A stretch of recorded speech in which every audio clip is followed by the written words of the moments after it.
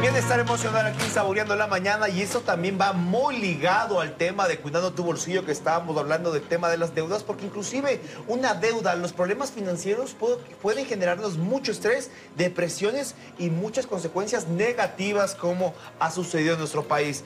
¿Cómo manejar? Necesitamos un indicador para visitar a un psicólogo. Para esto tenemos a Daniel Flores, máster en neuropsicología, donde realmente las personas que nos han escrito, que está ligada con la pregunta del día, realmente es algo muy importante. La salud mental es algo que estamos dejando de un lado, pero poco a poco nos damos cuenta que es algo tan importante. Correcto, así es. ¿En realidad necesitamos un indicador fuerte para ir al psicólogo, o podemos hacerlo cuando realmente nos sentimos bien? Chévere, muchas gracias primeramente por la invitación, es un gusto estar aquí. Y bueno, un poquito con respecto a las preguntas, justamente estábamos viendo las preguntas también que estaban poniendo el público. Entonces, a ver, hay que diferenciar algo muy importante para empezar con el tema de ir al psicólogo, ¿no? Que es justamente un poquito lo que decía Martín. A veces normalizamos estar en un cierto malestar, normalizamos de pronto el estar, bueno, me siento un poco triste hoy, mañana será diferente. Estoy un poco tenso hoy, mañana será diferente. Y pasamos de mañana en mañana, y entonces del malestar, psicológicamente hablando, se empieza a normalizar. Empiezo a decir, bueno, ya me acostumbré a estar así, y entonces se vuelve un poco complicado detectar precisamente en qué momento ir al psicólogo, ¿no? Cuando ocurre esto, cuando normalizamos de esta forma estas sensaciones o emociones externas e internas, ahí ocurre que hace falta, en psicología lo llamamos como un detonante. Esto quiere decir justamente un evento muy intenso, emocionalmente hablando, ¿no? Muy intenso, para decirnos, wow, tengo que ir al psicólogo, ¿no? Entonces, en ocasiones suele pasar un poco esta situación de normalizar, y ahí es cuando, bueno, se complica un poco en ese sentido, ¿no? Ahora, para ir al psicólogo hay que diferenciar justamente varios aspectos importantes, ¿bien? Lo primero, como tal, al psicólogo en sí mismo, tenemos como dos áreas fundamentales, que son todo lo que tiene que ver con la parte emocional, todas las sensaciones internas que tenemos, y también todas las posibles situaciones a nivel cognitivo. Esto leía, o bueno, escuchaba un poco lo que escribía una colega de un DCE, de una institución educativa, que es justamente detectar también a veces inconvenientes que los chicos pueden presentar a nivel académico, que pueden o no estar asociados a un problema de aprendizaje, por ejemplo, o también asociado a temas de emocionalidad que no les permiten a los chicos igualmente avanzar académicamente. Entonces, primero esas son como que las dos aristas fundamentales. Ir al psicólogo por alguna situación emocional que me molesta, que me intranquiliza, o también acudir a terapia por ayuda en cuestiones internas, cognitivas, temas de aprendizaje, de desarrollo también de habilidades.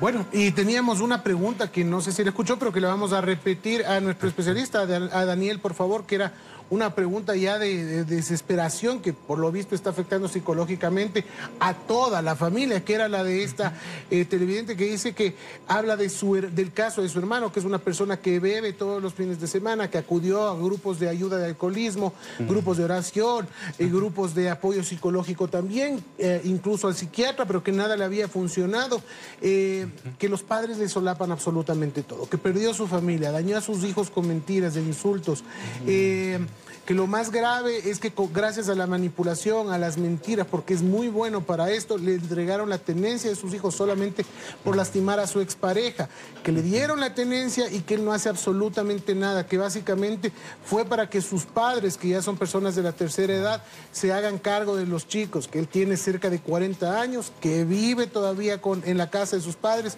que no aporten absolutamente nada, y que evidentemente quienes tienen todo el trabajo y la responsabilidad ahora son los abuelos de los menores, y que, como se ve también claramente, esto afecta a todo el entorno. ¿Qué se le puede recomendar a esta familia? ¿Qué se hace con este ciudadano?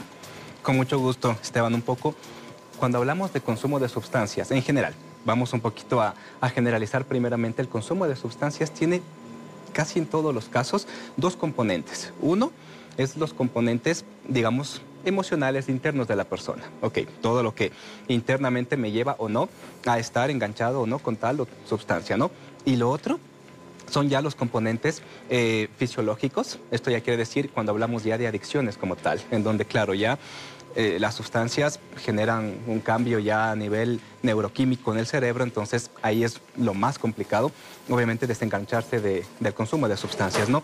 Entonces, estos dos, al menos, bueno, en este caso específico, una vista rápida, probablemente indique que están estas dos esferas confluyendo en este momento. Tanto quizás esta parte fisiológica, donde, bueno, el dejar el consumo, en este caso de alcohol, se le hace muy complicado porque, claro, ya su mente, su funcionamiento cerebral en este caso, necesita o requiere de un tratamiento que ya es un poquito más avanzado en psiquiatría, precisamente para equilibrar nuevamente ese funcionamiento, ¿no? Y por otro lado, lo que comentabas de Esteban, manipulación, el tema de posiblemente esto de las mentiras, de esto de manejar el entorno quizás a su favor, que eso implica ya componentes internos, componentes emocionales que de alguna forma probablemente llegan a satisfacer, por decirlo de alguna forma, alguna necesidad interna. Entonces, la recomendación en este punto, las recomendaciones, ¿no?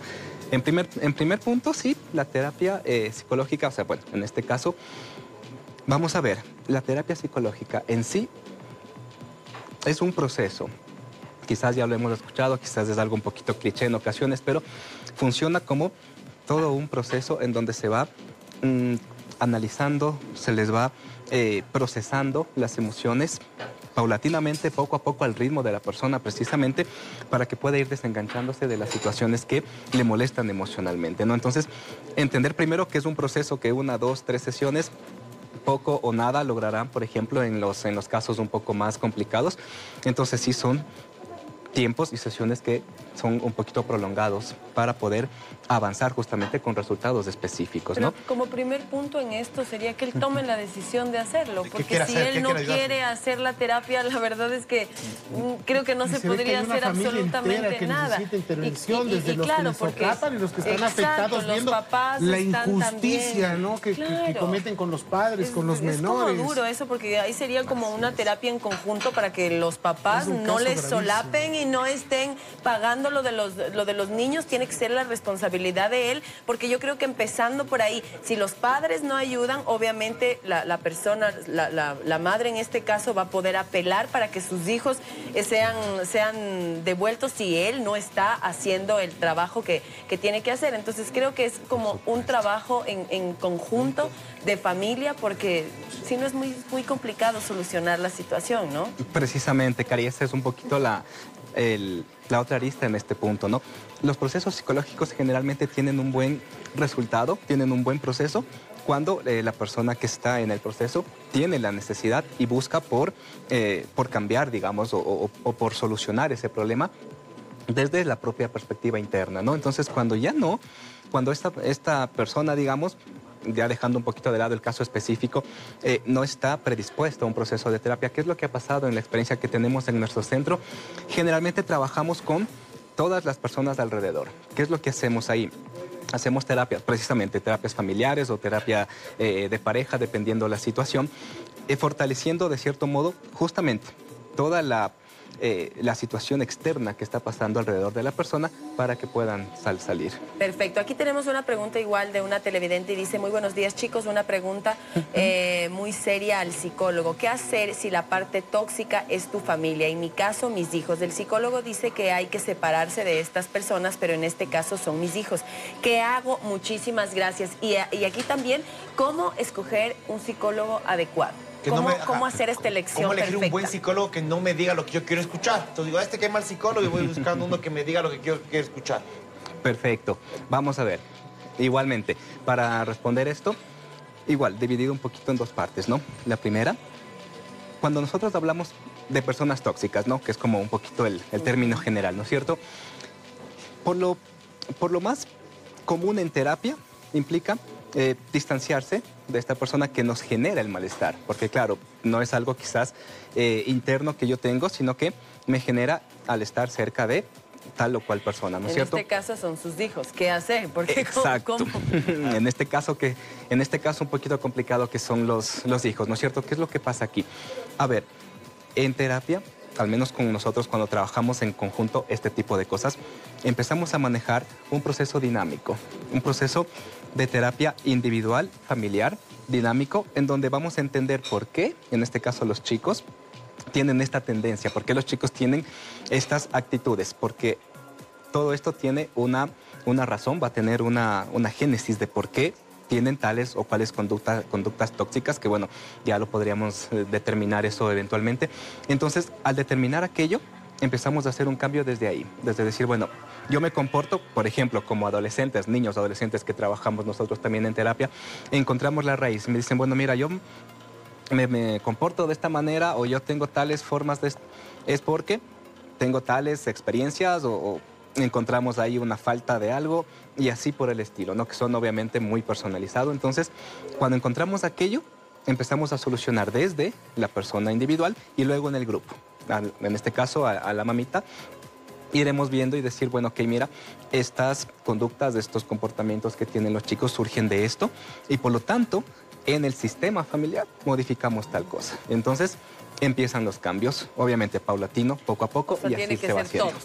Tiene que Vuelve ser y juega, todos tienen que ir a terapia aquí también, porque claro, no es Eso sí, personal, claro. sino ya es algo que, claro, que es en En cada familia. caso es un universo diferente. Es un universo. Y claro, hablar de Así estos es. temas psicológicos en un tiempo tan cortito como tenemos acá es muy complejo, pero lo que nosotros queremos como programa es que usted vaya, busque ayuda, que si tiene algo que necesita solucionar, que necesita ayuda en tal tema, que algo le está causando molestia en su buen vivir, vaya al psicólogo. Este programa está justo para eso, como para tener estas dudas, tener los contactos e incentivarse a hacer nuevas cosas, como ir a visitar al psicólogo. Agradecemos a Daniel Flores, máster en neuropsicología, que estuvo junto a nosotros. Los números estuvieron ahí en pantalla. Si usted quiere hacerle consultas, escribirle por algo que está atravesando, es el momento indicado. Siempre es un buen momento para buscar ayuda. Vamos a marcar una pausa y ya regresamos con más de Saboreando la Mañana.